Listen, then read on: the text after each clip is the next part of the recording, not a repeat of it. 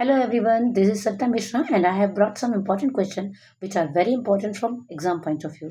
So please take a look at them once. Let's begin. What the question says? The question says, show that there is no positive integer n for which under root n minus 1 plus under root n plus 1 is a rational number. इस type के question जब भी आए तो आपको सबसे पहले late कर लेना है कि under root n minus one plus under root n plus one क्या होगा, एक रैशनल नंबर होगा। जब भी हम किसी नंबर को रैशनल नंबर लेट करते हैं तो उसे पी बाई क्यू की फॉर्म में लिखते हैं। तो हम लिख देंगे ए अपॉन में b equals to equals to under root n minus one plus under root n plus one. ठीक है, तो इसको हमने लेट कर लिया और साथ में इसको हम इक्वेशन वन भी लेट कर लेंगे। यहाँ से करते हैं, हम क्या करेंगे, इसका रेसिप्रोकल कर देते हैं। रेसिप्रोकल करने से क्या होगा, हम जो है इसको रैशनलाइज कर पाएंगे। तो यहाँ से लिखते हैं वन अपॉन में n under root n minus one plus under root n plus one. इसको रैशनलाइज करेंगे। रैशनलाइज करने के लिए क्या करेंगे, सेम लिखेंगे बी अपॉन में a equals to one under root n minus one plus under root n plus one. Multiply कर देंगे सेम नंबर को अपोजिट साइन के साथ। तो under root n minus one minus under root n plus one. नीचे भी same कर देंगे under root n minus one minus under root n plus one. Next one से मल्टीप्लाई करेंगे तो सेम नंबर आएगा under root n plus one minus under root n minus one. और नीचे मल्टीप्लाई करेंगे तो हमारे पास आएगा n under root n plus one plus under root n minus one एक ब्रैकेट में। नेक्स्ट में आ जाएगा under root n plus one minus under root n minus one. ठीक है, आगे सॉल्व करते हैं। ऊपर की डिजिट सेम रहेगी under root n plus one. यहाँ पर एक आईडी लग रही है ए प्लस बी और ए माइनस बी जो होती है equals to a square minus b square के। तो ऊपर की डिजिट तो सेम आएगी n plus one minus n under root n minus one. और नीचे जो है हमारा आईडी लग जाएगी तो एक हो जाएगा under root n plus one का square minus under root n minus one का स्क्वायर। तो ऊपर same under root n plus one minus under root n minus one और नीचे हमारा एक एन प्लस वन और दूसरा आ जाएगा एन माइनस वन। ठीक है, अब यहाँ से इक्वल्स टू आ जाएगा n under root n plus one minus under root n minus one. और नीचे अगर हम ब्रैकेट खोलते हैं तो एन से एन माइनस और ये प्लस का वन और ये भी प्लस का वन हो जाएगा इक्वल्स टू में टू आ जाएगा।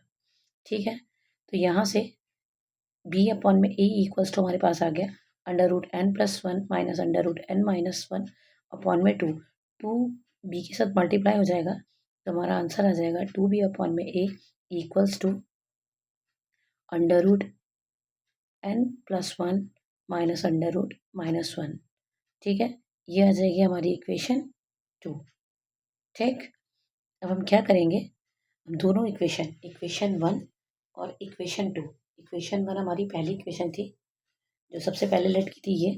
तो इक्वेशन वन और इक्वेशन टू को हम क्या करेंगे, एक बार ऐड कर देंगे और एक बार सब्ट्रैक्ट कर देंगे। ठीक है, तो लिखते हैं by adding and subtracting one and two. पहले ऐड कर लेते हैं तो by adding one and two, हाँ, फिर उसके बाद हम उसको क्या करेंगे, सब्ट्रैक्ट कर देंगे। तो सब्ट्रैक्टिंग टू फ्रॉम वन। तो पहले लिखते हैं इक्वेशन वन हमारी क्या थी,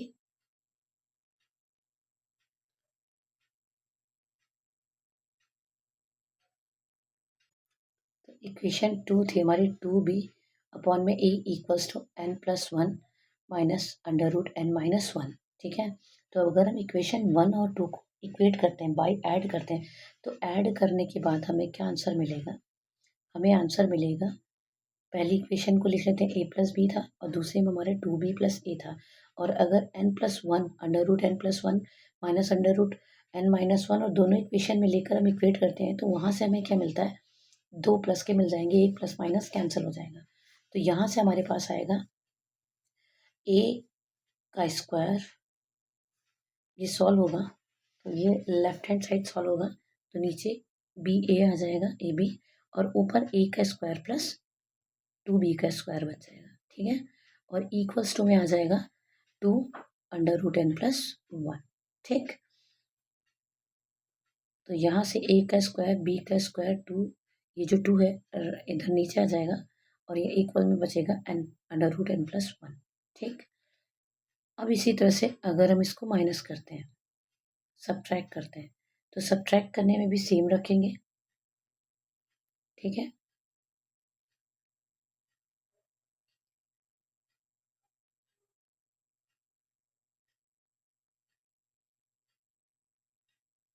सब्ट्रैक्ट करेंगे तो a अपॉन में b माइनस 2b अपॉन में a आएगा इक्वल्स टू में n माइनस 1 और n माइनस 1 बचेगा क्योंकि एक हमारा कैंसिल हो जाएगा।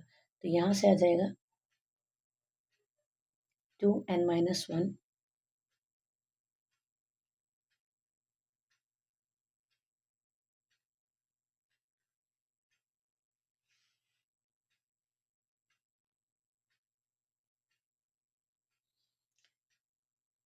और ये सॉल्व क्या आएगा सेम ए बी ए का स्क्वायर माइनस 2b, यहाँ से 2 फिर डिनोमिनेटर में आ जाएगा तो ए का स्क्वायर माइनस 2b का स्क्वायर अपॉन में 2ab और इक्वल्स टू में आ गया n माइनस 1। तो दोनों कंडीशन में n प्लस 1 और n माइनस 1 ये क्या है, ये रैशनल नंबर्स है क्योंकि ये इक्वल्स टू में रैशनल नंबर के आए हैं, है ना। तो यहाँ से हम ये कह सकते हैं कि जो ये n प्लस 1 और n माइनस 1 है ये परफेक्ट स्क्वायर हैं पॉजिटिव इंटीजर्स के, and where a and b are integers, है ना। A square plus 2ab square upon में 2ab and a square minus 2b square upon में 2ab are rationals, are rationals.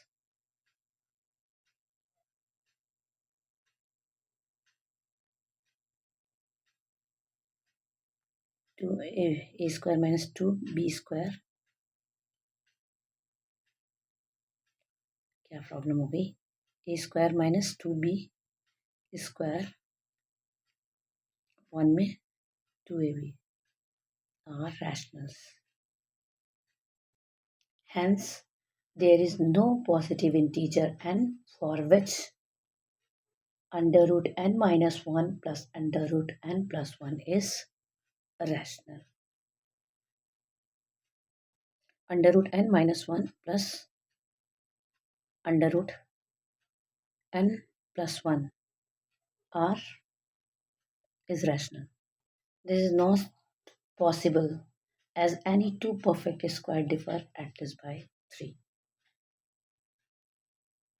This is not possible as any two perfect square differ at least by 3.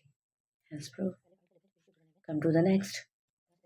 The ratio between HCF and LCM of 5, 15 and 20 is, तो सबसे पहले पर prime factorisation कर लेते हैं given number के। तो 5 prime factorisation कर लेते हैं। प्राइम फैक्टराइजेशन का 5 का इक्वल्स टू 5, 15 को हो जाएगा 3 इंटू 5 एंड 20 को हो जाएगा 2 इंटू 2 इंटू 5। HCF क्या होता है, जो सब में कॉमन फैक्टर है, इक्वल्स टू 5। और LCM के लिए हम क्या करते हैं, तो 2 इंटू 2 का स्क्वायर ले लेते हैं, 3 ले लेंगे और 5 वन टाइम ले लेंगे HCF जो सब में एक बार है, मल्टीप्लाई कर लेते हैं। तो इनको मल्टीप्लाई करेंगे हमारे पास आ जाएगा 60। अब हमें इनका रेशियो देखना है और रेशियो बोला था HCF अपॉन में LCM का, है ना। तो HCF हमारे पास है कितना गिवन है, HCF हमारे पास है 5 और LCM है हमारे पास 60। काट लेते हैं, डिवाइड करने पे हमारे पास आ जाएगा 1/12, जो रेशियो होगा वो 1/12 आएगा। Come to the next question.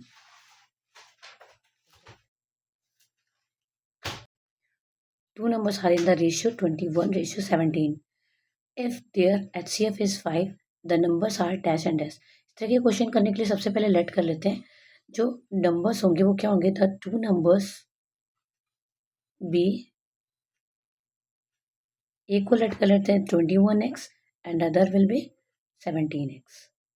तो 21x एंड 17x। अब अगर हमें इन दोनों नंबर का HCF निकालना होगा तो दोनों नंबर में कोई कॉमन नंबर नहीं है, तो यहाँ से हम HCF दोनों में x कॉमन है तो x ले सकते हैं। तो यहाँ से जो है हमें HCF मिलेगा, जो the HCF of these number will be, क्या होगा, x होगा।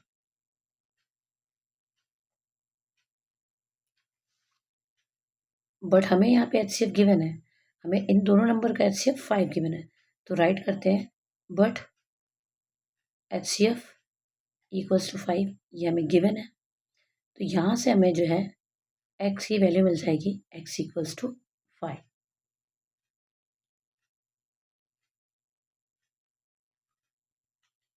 ये है x इक्वल्स टू 5। अब हमारे पास अगर x की वैल्यू है तो यहाँ पर हमें जो नंबर गिवन है 21x एंड 17x, तो इनमें x की वैल्यू रख के इनको कैलकुलेट कर लेते हैं। तो रखेंगे 21x equals to 21 into 5 equals to आ जाएगा 105। सिमिलरली 17x है इक्वल्स टू में 17 इंटू 5 रखेंगे इक्वल्स टू में 85 आ जाएगा। तो जो दो नंबर हमें यहाँ पे निकालने थे वो दो नंबर थे 105 and 85। Okay, let's prove. Let's begin and R. If two positive integers m and n are expressible in the form of m equals to pq की power 3 and n equals to p की power 3 q की power 2, where pq are prime numbers, then HCF mn and of। तो जब भी इस तरह के number given हो तो पहले उन नंबर को ना लिख लेते हैं। तो m इक्वल्स टू गिवन है p की पावर p q की पावर 3 और n की वैल्यू में गिवन है n इक्वल्स टू p की पावर 3 एंड q की पावर 2। तो जब भी हम HCF लेते हैं याद रखना कि हम HCF में हमेशा लोवेस्ट पावर लेते हैं। तो HCF इक्वल्स टू क्या हो जाएगा, p आ जाएगा और q का स्क्वायर। ठीक है, तो इट मीन्स द जो पॉसिबल आंसर होगा वो होगा 2। The least number that is divisible by all the numbers from 1 to 10 both inclusive is. तो जब भी आपको इस तरह का क्वेश्चन गिवन हो और इसमें दोनों लिखा हो कि बोथ इंक्लूसिव, इट मीन्स कि उसमें 1 भी होना चाहिए और 10 भी होना चाहिए। तो कभी भी ऐसे क्वेश्चन आए तो उसका आंसर जो आपको सबसे बड़ा नंबर इसमें मिले वही होगा। तो अगर कोई नंबर जो 1 से भी डिवाइड हो रहा है, 2 से भी डिवाइड हो रहा है, 3 से भी डिवाइड हो रहा है, 4 से भी डिवाइड हो रहा है, 5 से भी, 6 से भी, 7 से भी, 8 से भी, 9 से एंड 10 से, यानी कि इन सारे नंबर से डिवाइड हो रहा है, इट मीन्स वो कौन सा नंबर होगा, इसका सबसे बड़ा नंबर 2520। कभी भी आपको ऐसा क्वेश्चन आए तो उसमें जो सबसे बड़ा आंसर हो ना वही चूज करना। ओके, तो यहाँ पे होगा 2520। Come to the next, the LCM and HCF of two rational number are equal, then the number must be. अगर कोई दो नंबर है और उनका HCF और LCM दोनों इक्वल है तो मस्ट नंबर क्या होगा, दोनों का, अगर दोनों का LCM और HCF इक्वल है तो नंबर भी इक्वल ही होना चाहिए। तो answer will be 4 equal. Okay, next पे आते हैं। नेक्स्ट क्वेश्चन है, if n equals to 2 की पावर 3 into 3 की पावर 4 into 5 की power 4 into 7, then the number of consecutive zeros in n where n is a natural number is। तो इसमें कितना होगा, तो इसमें हमें क्या देखना होता है कि जो इसमें कॉमन पावर क्या है 2 की, अगर हमें किसी में जीरोस देखने होते तो 2 और 5 की पावर होनी चाहिए। तो 2 और 5 की पावर है, तो 2 की पावर कितनी, जैसे अगर 2 की पावर मान लेते हैं 1 है और 5 की पावर 1 है तो वहाँ पे जीरो कितने होते हैं, 1 है। इसके एग्जाम्पल लिख के देख लेते हैं हम लोग एक बार। जैसे 2 की पावर 1 इंटू 5 की पावर 1 करेंगे तो इक्वल्स टू 10 आएगा, तो यहाँ 0 1 है। इसी तरह से 2 की पावर 2 और 5 की पावर 2 होगी तो इक्वल्स टू में कितना आ जाएगा, 2 इंटू 5 और पावर 2 यानी 10 का स्क्वायर इक्वल्स टू में 100 आ जाएगा, यानी कि जीरोस कितने होंगे, 2 होंगे, है ना। इसी तरह से अगर पावर 3 होती तो यहाँ पे जीरो कितने हो जाते, 2 की पावर 3 इंटू 5 की पावर 3 थी तो यहाँ पे 2 इंटू 5 की पावर 3 हो जाती, तो यानी 3 हो जाती तो 10 इंटू 10 इंटू 10 हो जाता। इट मीन्स कि 1000 हो जाता। तो यहाँ पे जीरोस कितने हो जाते हैं, 3 हो जाते हैं। तो यहाँ पर अगर हम देखें तो 2 की पावर कितनी है, 3 है, तो आंसर भी कितना होगा, 3 होगा। 2 की पावर 3 और 5 की पावर 4 है तो 3 तो कॉमन आ ही सकती है, तो आंसर क्या होगा, 3। ओके, तो आज के लिए इतना ही। अगर आपको वीडियो पसंद आए तो लाइक करना, सब्सक्राइब करना। फिर मैं कुछ नए क्वेश्चन के साथ कराऊंगी। Till then bye bye, have a nice day, good luck for exam.